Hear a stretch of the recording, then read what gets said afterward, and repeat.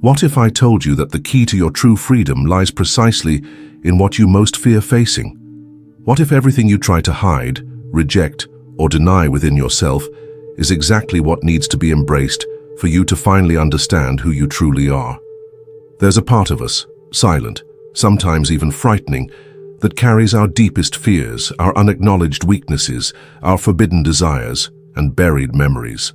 This part, known as the shadow, according to Carl Jung, isn't just a flaw in our psyche. It is, paradoxically, the most direct path to wholeness and authenticity. How many times have you felt something within you that you chose to ignore? A surge of anger you didn't want to acknowledge, a thought you deemed unworthy of yourself, a desire you found too shameful to admit, even to yourself. We all have it. The shadow isn't evil. It is simply what didn't fit into the image we've built of who we should be. But is that image we hold of ourselves real? Or is it just a social mask, a character created to shield us from others' judgment, and perhaps even from our own gaze? Imagine for a moment that you could meet this hidden side of yourself, the one that moves in the shadows of your mind, without permission to step into the light. What would it say? What stories would it tell? How much buried pain, how many stifled longings, how many unresolved traumas? Jung said the shadow is the repository of everything we repress, yet it continues to influence our actions, often unconsciously. It's as if we have an invisible companion walking beside us, pulling our reins without us even noticing. Now think, if you never face this shadow, if you keep running from it, what happens? It doesn't disappear. It grows. It becomes denser, more powerful, more capable of manipulating your choices. It can manifest in toxic relationships, repetitive behavior patterns, existential crises, constant dissatisfaction. All of these may be signs that parts of you are crying out for attention. The shadow, when not integrated, acts through projections. We see in others what we don't want to see in ourselves. Have you ever noticed how certain people seem to trigger intense reactions in you? Sometimes it's something you can't quite explain, an inexplicable discomfort, an immediate dislike, a disturbing fascination. It's possible that person is reflecting, in some way, a part of you that you don't know or reject. It's the shadow projected onto the external world. And when you recognize this, you begin to understand that people aren't villains or saviors. They're mirrors. Every encounter, every conflict, every deep connection is an opportunity for self-discovery. But facing the shadow isn't easy. It requires courage. It requires brutal honesty with yourself. It requires accepting that you're not just light, not just goodness, not just virtue. You are also shadow, and that doesn't make you less human. It makes you more human. In Greek mythology, Hades wasn't just the god of death. He ruled the underworld, the place where all souls descended after life. And though associated with darkness, he was necessary. Without him, there would be no complete cycle of existence. So it is with our shadow. It's not an enemy, it's an essential part of the journey. If you've made it this far, perhaps it's because something inside you feels it's time to stop running. Maybe you're tired of fighting yourself, of trying to maintain a perfect image while feeling something is missing. Maybe the moment has come to dive deep, to explore the dark corners of your soul and discover that there, among the shadows, wisdom also lies. If you feel this, then consider subscribing to this channel. Leave your like because we'll continue this journey together. This conversation is just beginning. Have you ever stopped to think that often the stories that scare us most, those of monsters, demons, and shadowy creatures, aren't just products of human imagination? They're living metaphors for what we carry within. The big bad wolf in fables, the dragon guarding a treasure, the witch hidden in the forest, and all of them symbolize something very real: our fears, traumas, and repressed impulses. What if I told you that instead of trying to slay this dragon with swords and magic, perhaps we should sit with it by a campfire and hear what it has to say? The shadow is just that, a sleeping dragon within us. Sometimes it rests peacefully. Other times, it awakens with a roar that echoes through our emotions, decisions, and relationships. Jung saw the shadow as an integral part of the psyche, but also warned, those who don't acknowledge their shadow tend to be dominated by it. It's like living with a stranger inside yourself, someone you never wanted to meet, but who's always present, influencing your choices from a distance. Think of moments when you acted completely differently than you thought you would. A moment of uncontrollable anger, an impulse to flee, an intense desire that seemed to come from nowhere. Often these moments are manifestations of the shadow. It appears when we're distracted, tired, or vulnerable, demanding attention. And when denied, it grows stronger. Like a dammed river, it builds pressure until inevitably it breaks through the barriers we've built to contain it. In Hindu mythology, we find an intriguing figure, Kali, the goddess of destruction and renewal. Depicted covered in blood, dancing over corpses, she's a powerful embodiment of the shadow. But here's the thing, Kali isn't a villain. She's necessary. Her dance destroys the old to make way for the new. Just as death is part of the cycle of life, the shadow is part of the transformation process. Denying the shadow is denying the natural movement of the soul. So how do we begin to face this part of ourselves? Not with violence, not with judgment, but with curiosity. With the same fascination we'd have exploring an ancient forest full of mysteries. The shadow doesn't need to be eliminated. It needs to be known, integrated. When we name our inner ghosts, they lose their power over us. We go from victims to protagonists of our own inner journey. Imagine yourself before a magical mirror. In it, you don't see just the face you show the world, but everything you usually keep hidden. Your most secret desires, your deepest fears, your old hurts, your forbidden passions. This mirror doesn't judge, it simply reflects. And you, standing before it, can choose to run, or take a deep breath, look and ask, who are you? That question, asked with honesty, is the first step. Because the shadow isn't just darkness, it's also a source of creativity, strength, and wisdom. How many artists, writers, and visionaries have channeled their shadows to create profound, transformative works? The shadow brings emotional intensity, originality, courage.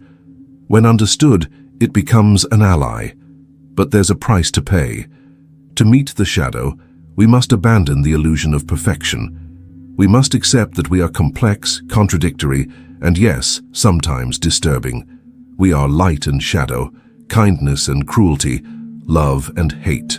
And only when we embrace all these facets can we truly love others without demanding they be perfect too. How many times have we been disappointed by others because they didn't live up to the idealized image we had of them? And how many times have we felt betrayed by ourselves for not being as good, strong, or wise as we'd like? All of this stems from refusing to see the whole, ours and others. When we integrate the shadow, we gain tolerance, not just for others, but for ourselves. There's an ancient story of a Tibetan monk walking through the mountains who came across a stone in the middle of the path. He looked at it and saw it was heavy, difficult to move. At first he tried pushing it, then pulling it, but he couldn't remove it. Exhausted, he decided to sit beside it and rest. In that moment he realized the stone was part of the path. It wasn't there to be removed, but to teach patience, resilience, and presence. Our shadow is like that. It's not there to be eliminated, but to be understood. It's the necessary weight that keeps us grounded, that reminds us we're human, imperfect, and because of that, incredibly beautiful. So, let's return to that mirror. You're still standing before it. The reflection isn't what you expected, perhaps not what you wanted, but now you know this image isn't complete. There's more. There's always more. And maybe instead of running, you can reach out and say, I see you, I know you exist, and I want to learn from you. This is when true transformation begins, not when everything is fine, but when we decide to look directly at what hurts, what unsettles, what scares us. It's in that moment that we stop being controlled by the shadow and start guiding it, not with dominance, but with dialogue, with listening, with respect. And now I ask you, which part of yourself do you keep ignoring? What secret is your shadow trying to tell you? And what if, by chance, you decided to listen? Have you ever wondered why so many myths and legends speak of a hidden portal, a secret door, or a passage that leads to the center of the world? In Norse mythology, there's Yggdrasil, the cosmic tree connecting all realms. In Egyptian tradition, the tomb isn't just an end, but a journey to the underworld, Duat, where the soul faces trials before being reborn. These symbols aren't just ancient stories, they speak of our inner journey. And maybe there's a similar portal within you, a path leading directly to your own center but guarded by something you don't always want to see, your shadow. The shadow isn't just a distorted reflection of who you think you are, it's also the repository of your most authentic parts, those silenced too soon, repressed by social pressures, traumas, or others' expectations, the child who cried without understanding why, the youth who dreamed of things no one supported, the adult who gave up something important out of fear of judgment. All of that still lives there in some deep place, waiting to be acknowledged. But how do you recognize something that was deliberately forgotten? How do you hear a voice silenced for so long? Jung said that meeting the shadow is the true beginning of self-knowledge. It's not the start of answers, but the confrontation with questions we'd rather not ask. It's the moment we stop deluding ourselves with pretty words and start facing the raw, unfiltered truth. And that truth can be frightening. It can seem cruel, selfish, confusing, but it's real. And that's exactly why it's valuable. The shadow carries emotional memories, ancient patterns, and even dormant talents. Often our greatest gifts are buried under layers of shame or guilt. A musician who stopped playing because someone said they'd never be good enough. A writer who stopped writing after a harsh critique. A man who stifled his sensitivity for fear of being called weak. All of this is part of the shadow, and all of it begs to be reclaimed. In shamanic tradition, there's a powerful concept called soul retrieval. The idea is simple. During traumatic moments, fragments of our essence are lost. They're like pieces of ourselves stuck in the past, in pain and rejection. And until we recover them, we continue living incomplete. The shadow in this sense is like a repository of these fragments, and every step we take to integrate it is a step toward becoming whole again. But how do we do this? How do we recover what was lost? We start with the gaze. We look at ourselves with honesty, without judgment, without condemnation. With the same compassion we'd have for a wounded friend, we start to notice when we feel repulsion towards something in another person and ask, does this belong to me in some way? When we see someone acting with arrogance, envy, or cruelty, how many times have we felt similar things? How many times have we acted this way without realizing? This awareness isn't to blame ourselves, but to awaken us. The shadow isn't morally good or evil.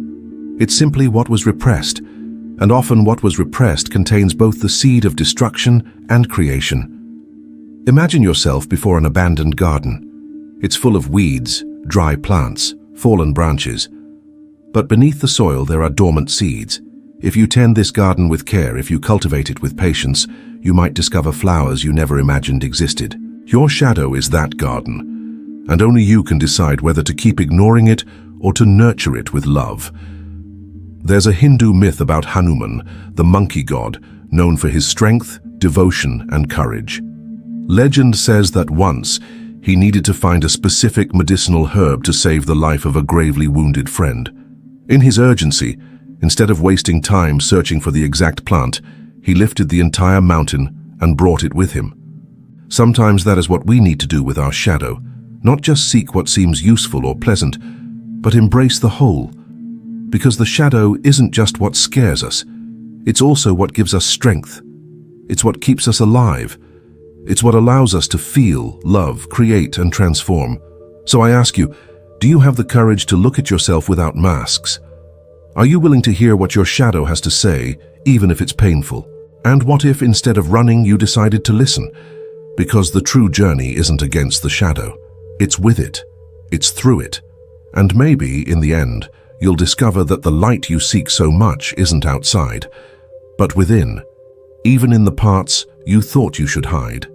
If you've made it this far, perhaps you've already felt a shift, a lightness, a restlessness, or maybe a strange familiarity with the words that echoed within you, as if all of this was already there, hidden beneath layers of time and distraction. And maybe it is. Maybe this conversation isn't teaching you something new, but simply reminding you of what you already knew. Because that is what the shadow does. It holds memories that go beyond what we can consciously recall. It carries impressions from childhood, ancient feelings, inherited patterns, repeated cycles. It's as if each of us has an underground river flowing silently, shaping the ground above without us noticing. And only when we encounter cracks on the surface do we begin to understand that something is flowing beneath. Now imagine, what if the shadow weren't just a repository of the past, but also a doorway to the future? What if, instead of seeing it as a burden, we could recognize it as a compass? Because the shadow doesn't lie. It doesn't care what others think of you. It doesn't worry about your image, your resume, your social achievements. The shadow speaks directly to your deepest core, to what you truly desire, to what you truly are. How many times have you followed a path that seemed right in the eyes of the world, but felt a growing emptiness within? How many decisions were made for safety, convenience, conformity, and not for truth? The shadow feels this. It knocks at the door, sometimes gently, sometimes forcefully, and when ignored, it can manifest in insomnia, anxiety, discontent, or even physical ailments. Not because it wants to punish you, but because it's trying to guide you back home. In the alchemical tradition, there was a process called nigredo, literally blackness. It was the first stage of transformation, where everything was reduced to ashes, a state of total dissolution necessary for something new to arise. Facing the shadow is going through this inner nigredo. It's letting the masks fall, facing the fear, diving into the darkness without guarantees of light at the end of the tunnel. But it's precisely in this complete surrender that the soul begins to reorganize. Have you ever had a moment like that? A moment when everything seemed to collapse around you, and in the midst of the chaos, a clarity emerged that wasn't there before. Often, these are the moments when the shadow takes the stage, demanding that you stop running and start listening. It doesn't offer ready answers, but it offers direction. It doesn't promise comfort, but it promises authenticity. And maybe that's what so many seek without knowing. Authenticity, the feeling of being aligned with yourself, of living a life that makes sense, even if it's not perfect, of loving without lying to yourself, of creating without fear of judgment, of simply being. So I ask you, if you knew that the key to that life lies precisely in what you've been avoiding facing, would you have the courage to go there? If you knew that the answer to your greatest questions is hidden in the darkest parts of you, would you allow yourself to find them? Because the shadow isn't just a reflection of the past, it's also the path to your destiny. It holds both what you need to heal and what you need to discover.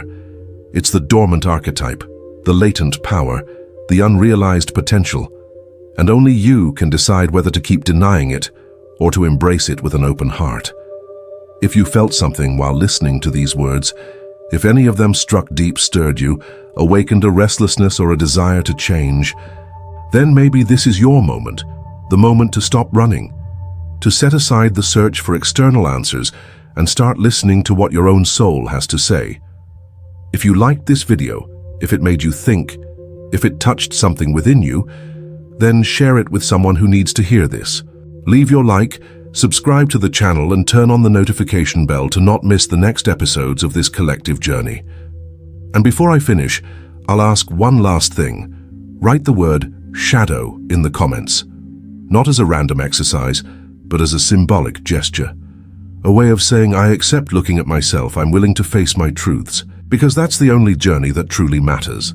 The journey inward, to the meeting with yourself, with all your parts, with your shadow and your light.